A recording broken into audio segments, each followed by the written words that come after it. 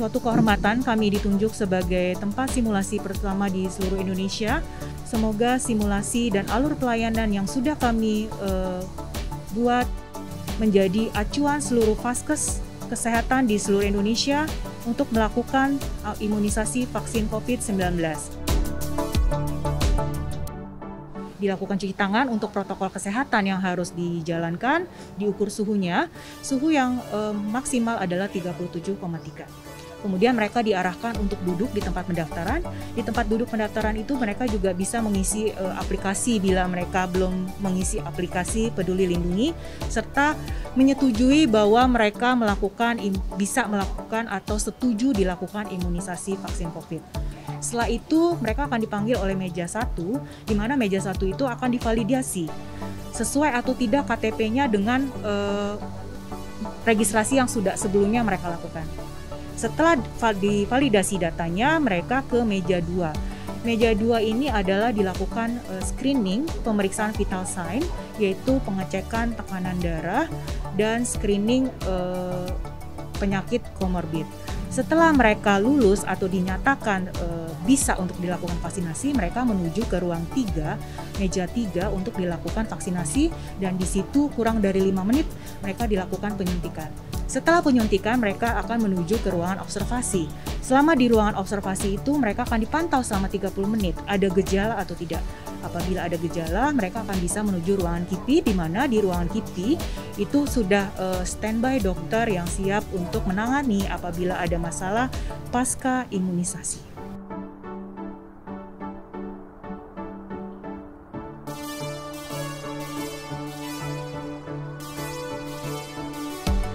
Simulasi ini merupakan hal yang sangat baik untuk melatih, melihat apa kekurangan dan apa yang harus dilengkapi, dan simulasi ini diharapkan akan berjalan terus-menerus. Kementerian Kesehatan beserta dari Komisi 9 selalu berharap pelatihan-pelatihan simulasi ini terus diselenggarakan untuk supaya bila nanti saatnya tiba dilakukan vaksinasi, tidak terjadi kebingungan, tidak terjadi hal-hal yang menyulitkan, tetapi justru menjadi lancar. Sehingga apa yang menjadi tujuan vaksinasi ini bisa tercapai dengan baik, tanpa harus terjadi kendala-kendala yang sulit. Tetapi semua bisa diatasi dengan cara melakukan simulasi-simulasi, sehingga kekurangan-kekurangan yang mungkin timbul sudah bisa dilengkapi jauh-jauh hari. Pagi hari ini saya datang ke Puskesmas di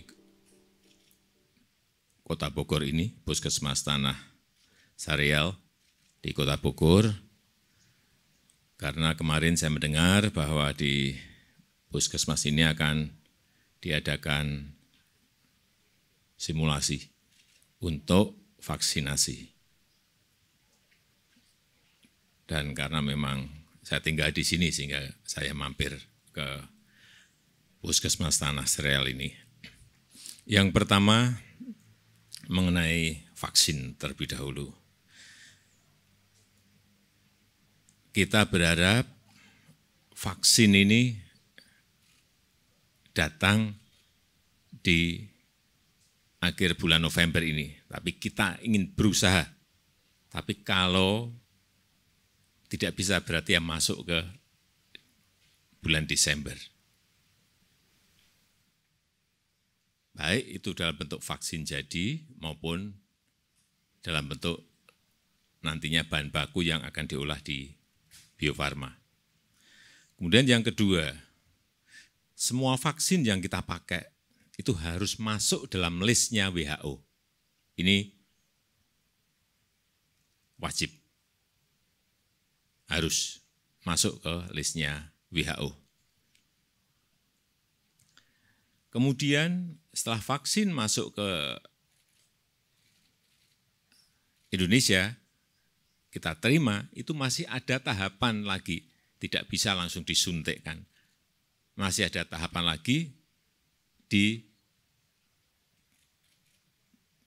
BPOM. Karena kita memerlukan emergency use authorization dari sana. Sehingga tahapan itu memerlukan waktu, mungkin antara kurang lebih 3 mingguan. Setelah mendapatkan izin dari BW POM baru kita lakukan vaksinasi. Kaidah-kaidah saintifik, kaidah-kaidah ilmiah ini juga saya sudah sampaikan wajib diikuti.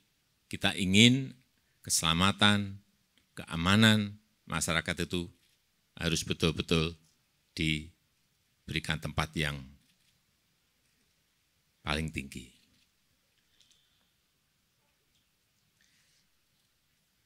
Kalau melihat tadi di lapangan dan melihat simulasi tadi, kita memperkirakan kita akan mulai vaksinasi itu di akhir tahun atau di awal tahun. Akhir tahun 2020 atau di awal tahun 2021. Karena memang proses persiapannya itu tidak hanya menerima vaksin kemudian langsung disuntikkan.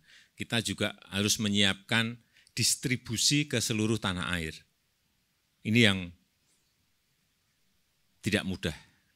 Mendistribusikan vaksin itu tidak mudah. Ini bukan barang seperti barang-barang yang lain. Memerlukan cold chain, kedinginan dengan derajat tertentu. Setiap vaksin dari produk yang berbeda memerlukan juga mode distribusi yang berbeda. Inilah yang terus kita siapkan agar nanti daerah-daerah juga segera mendapatkan vaksin dan vaksinnya juga tidak rusak. Kemudian siapa yang akan divaksin terlebih dahulu? Yang akan divaksin pertama adalah nanti tenaga kesehatan, baik itu dokter,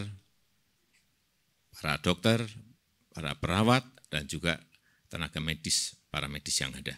Itu yang diberikan prioritas. Plus TNI dan Polri, kemudian nanti baru ASN untuk pelayanan-pelayanan publik yang ada di depan, guru, dan kemudian tentu saja kita semuanya. Kalau ada yang bertanya, Presiden nanti di depan atau di belakang? Kalau oleh tim diminta saya yang paling depan, ya saya siap.